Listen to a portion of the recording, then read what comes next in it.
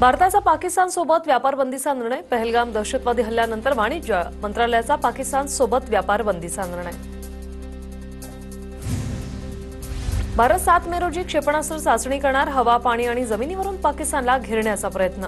कर्नाटकच्या कारवारजवळ भारत क्षेपणास्त्र चाचणी करणार आहे। यूपीतल्या गंगा एक्सप्रेसवेवर लढाऊ विमानांचं नाईट लँडिंग। सर्जिकल स्ट्राईकबाबत केलेल्या विधानावरून काँग्रेस खासदाराचा घुमजाव। मी सर्जिकल स्ट्राईकचे पुरावे मागितले नाही, आम्ही सरकारसोबत। चरणसिंह चन्नी यांची प्रतिक्रिया। पुलवामानंतर सर्जिकल स्ट्राईक झालाच नाही, चरणसिंह चन्नींनी केला होता दावा। रशियाचे परराष्ट्र मंत्र्यांचा एस जयशंकर यांना फोन। भारत पाकमधील तणाव मिटवण्याचं लाव्हरोव्ह यांचं आवाहन। पाकिस्तानची पोस्ट सेवा आणि इंटरनेट वेबसाईट भारताकडून बंद। याआधी भारताकडून पाकिस्तानच्या काही वेबसाईट्स बंद। भारतातील पंजाबच्या शेतकऱ्यांना पाकिस्तानमध्ये असलेल्या शेतात जाण्यास बंदी। वाढत्या तणावाच्या पार्श्वभूमीवर सीमारेषा बंद। पाकिस्तानी झेंडा असणाऱ्या जहाजांना भारतीय बंदरावर नो एंट्री। भारत सरकारच्या जहाज बांधणी महासंचालनालयाचे आदेश। लष्कर आणि हवाई दलाचे एएलएच ध्रुव हेलिकॉप्टर 4 महिन्यांच्या विश्रांतीनंतर उड्डाण करणार। जानेवारीमध्ये झालेल्या अपघातानंतर त्याचं उड्डाण बंद करण्यात आलं होतं। दोष तपासणी समितीच्या शिफारसीच्या आधारे हा निर्णय। राजस्थानमधून पाकिस्तानी जवान ताब्यात। श्री गंगानगर परिसरातून पाकिस्तानी जवान ताब्यात। पाकिस्तानी जवानांचा भारतीय हद्दीत घुसण्याचा प्रयत्न। अटारी बॉर्डरवरून भारतातून पाकिस्तानात आतापर्यंत 953 लोक गेलीत, तर पाकिस्तानातून भारतात 1841 लोक परतलीत। आतापर्यंतचा हा एकूण आकडा 2794 वर। पाककडे 4 दिवस पुरेल इतकाही शस्त्रसाठा नाही। पाककडील शस्त्रसाठ्याची अहवालातून माहिती समोर। युक्रेन आणि इस्रायलसोबतच्या शस्त्रास्त्र करारांमुळे पाककडे दारुगोळ्याची कमतरता। भारताने सिंधू नदीवर धरण बांधून पाणी अडवलं तर पाक हल्ला करेल। पाकचे संरक्षण मंत्री ख्वाजा आसिफची भारतालाही पोकळ धमकी। सिंधू जलकरार रद्द केल्यानंतर बिलावल भुट्टोचा जळफळाट। सिंधू नदीसाठी आम्ही टोकाची भूमिका घ्यायलाही तयार। बिलावल भुट्टोची भारतालाही पोकळ धमकी। घाबरलेल्या पाकिस्तानकडून सौदी अरब आणि इतर मित्र देशांना मदतीसाठी विनंती। तणाव कमी करण्यासाठी भारतावर दबाव टाकण्यासाठी पाककडून विनंती। पाककडून भारताला डिवचण्याचा प्रयत्न। पाकिस्तानकडून अब्दाली मिसाईलची चाचणी। 450 किलोमीटरपर्यंत जमिनीवर मारा करण्याची या मिसाईलची क्षमता। जम्मू काश्मीर हायकोर्टाच्या निर्णयानंतर 10 नागरिकांना दिलासा। 10 जणांना अटारी बॉर्डरवरून काश्मीरला सुखरूप पोहोचवलं। हद्दपारीची कारवाई थांबल्यानंतर 10 नागरिकांकडून भारत सरकारचे आभार। मी 3 वेळा मुख्यमंत्री झालो, एकदा 72 तासांचा मुख्यमंत्री होतो। माझ्या नावे सर्वात कमी वेळेचा मुख्यमंत्री असा रेकॉर्ड, तर अजितदादांच्या नावे सर्वात कमी वेळेचा उपमुख्यमंत्री असा रेकॉर्ड। राष्ट्रवादीच्या कार्यक्रमात फडणवीसांची फटकेबाजी। मुख्यमंत्रीपदाबाबतचं वक्तव्य गमतीत केलं होतं, मी माझं वक्तव्य मागे घेतो। टीकेनंतर अजित पवारांचं स्पष्टीकरण। अजित पवारांनी आता मुख्यमंत्री पदाची शपथ घ्यावी। अजित पवारांना सीएम करायचं असेल तर पक्षप्रवेश वाढले पाहिजे। सुनील तटकर यांची प्रतिक्रिया। अजित पवार मुख्यमंत्री झाले तर आनंदच आहे। तटकरांच्या विधानावर जयंत पाटलांची प्रतिक्रिया। लाडकी बहीण योजनेसाठी सामाजिक न्याय विभागाचा निधी वळवला। अर्थ खात्यातील महाभागांनी माझ्या विभागाचा निधी वळवला। निधीवरून मंत्री संजय शिरसाट यांचा संताप। अर्थ खात्यातील महाभागांनी सामाजिक न्याय विभागाचा निधी वळवला। संजय शिरसाट यांचा आरोप। गैरसमज दूर करू तो आमचा अंतर्गत विषय। अजित पवारांची प्रतिक्रिया।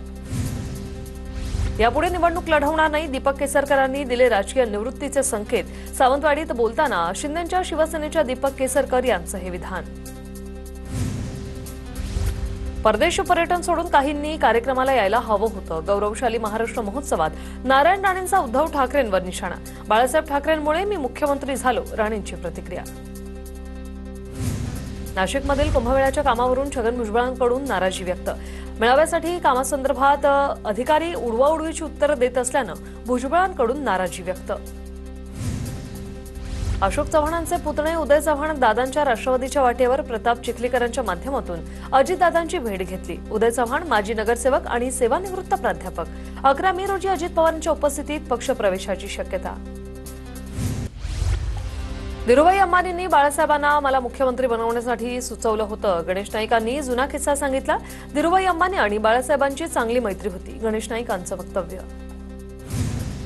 राष्ट्रवादीच्या कार्यक्रमाला शिंदे अनुपस्थित, अजितदादांकडून खंत व्यक्त. शिंदे दरेगावात असल्यानं दादांच्या कार्यक्रमाला अनुपस्थित. शिंदेंनी प्रताप सरनाईकांना प्रतिनिधी म्हणून कार्यक्रमाला पाठवलं. राष्ट्रवादीच्या कार्यक्रमात भरत गोगावलेंची उपस्थिती. सुनील तटकर यांच्या हस्ते भरत गोगावले यांचा सत्कार. रायगड पालकमंत्री पदावरून शिवसेना राष्ट्रवादीत रस्सीखेच असल्याची चर्चा.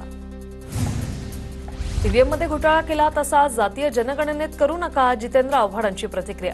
जातीय जनगणनेची मागणी आमचीच होती, मात्र बिहार निवडणुकींवर डोळा ठेवून हा निर्णय घेतल्याचा आव्हाडांचा आरोप. जातनिहाय जनगणना करण्याच्या निर्णयाचं नागपुरात काँग्रेसकडून स्वागत. कार्यकर्त्यांकडून राहुल गांधींच्या प्रतिमेला दुग्धाभिषेक. कार्यकर्त्यांची मोठी उपस्थिती. साताऱ्यातील दरेगावी नाना पाटेकर यांनी घेतली एकनाथ शिंदेंची भेट. दरेगावात जलतारा प्रकल्पाचं भूमिपूजन करण्यात आलेलं आहे.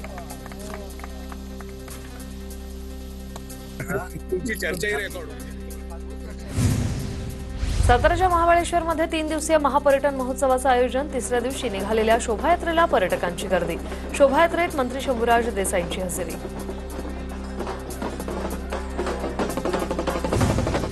कोकणात जाणाऱ्या रेल्वे गाड्यांमध्ये प्रचंड गर्दी. आरक्षित डब्यांमध्येही प्रचंड गर्दी. प्रवाशांचा उभा राहून प्रवास. प्रवाशांचे प्रचंड हाल. शिर्डी साईबाबा मंदिराला बॉम्बने उडवून देण्याची मेलद्वारे धमकी. साईबाबा संस्थानाची सुरक्षा यंत्रणा तसंच पोलीस यंत्रणा अलर्ट मोडवर. जळगाव जिल्ह्यात 3 मे ते 16 मे दरम्यान जमावबंदीचे आदेश लागू. संभाव्य निवडणुका आणि सणांच्या पार्श्वभूमीवर जमावबंदी. धुळ्याच्या कापडणीमध्ये ग्रामदैवत भवानी मातेच्या यात्रोत्सवानिमित्ताने कुस्त्यांचं आयोजन. जिल्ह्यातील 150 मल्लांचा कुस्ती स्पर्धेत कुस्ती पाहण्यासाठी नागरिकांची गर्दी. बीडच्या केजमधील शिरूर घाटात 7 ते 8 जणांचा दारू प्यायल्याने मृत्यू. तरुणांच्या पुढाकाराने गावात दारूबंदीचा ठराव मंजूर. दारूबंदीच्या ठरावावर तात्काळ कारवाई न झाल्यास उपोषणाचा इशारा.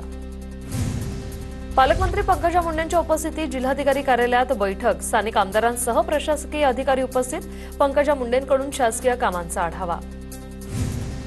चंद्रपूर जिल्ह्यात अवकाळी पावसाची हजेरी. काही ठिकाणी गारांचा पाऊस. पावसामुळे शेती पिकाचं नुकसान होण्याची शक्यता. नागपूर, वर्धा, गोंदियात जोरदार अवकाळी पावसाने नागरिकांची तारांबळ. वादळी वाऱ्यासह गारांचा पाऊस. गोंदियात विद्युत खांब पडल्याने एका बैलाचा मृत्यू तर काही ठिकाणी छत कोसळून दुर्घटना. जम्मू काश्मीर खोऱ्यात पावसाचा कहर. अनेक नद्यांनी धोक्याची पातळी ओलांडली. अतिवृष्टीमुळे आतापर्यंत 8 जणांचा मृत्यू. तर दक्षिणेकडच्या राज्यांमध्ये उष्णतेची लाट असताना उत्तर भारतात मात्र पावसाचा कहर. जळगावातील अनेक भागात रस्त्यांची कामं ठप्प. आमदार आणि मंत्र्यांकडून पालिकेच्या अधिकाऱ्यांवर संताप व्यक्त. कामं पूर्ण होत नसतील तर कॉन्ट्रॅक्टरवर कारवाई करण्याचे आदेश. दर आठवड्याला पाणी टंचाईबाबत आढावा बैठक घेऊन उपाययोजना करू. जालन्याच्या पालकमंत्री पंकजा मुंडेंची माहिती. अतिवृष्टी अनुदान घोटाळ्याची चौकशी 1 जूनपर्यंत पूर्ण होईल. पंकजा मुंडेंची माहिती. जळगावच्या 40 गावातील गिरणा धरणात 28% जलसाठा शिल्लक. वाढत्या तापमानामुळे धरणसाठ्यात मोठी घट. नागरिकांनी पाणी जपून वापरण्याचं आवाहन. यवतमाळमध्ये वाढत्या तापमानामुळे निळोणा धरणातील पाणी पातळीत घट. शहराला काही ठिकाणी 3.5 दिवसाआड पाणी पुरवठा. मे महिन्यात यवतमाळ शहराला पाणी टंचाईच्या झळा सोसाव्या लागणार. नंदुरबारमधील पाणी टंचाई दूर करण्यासाठी 100 गावांमध्ये जल पुनर्भरण उपक्रम. तर जल पुनर्भरण उपक्रमामुळे पर्यटकांची समस्या काही प्रमाणात दूर होणार. भूजल पुनर्भरण उपक्रमासाठी जलजीवन मिशन योजनेची मदत घेतली जाणार.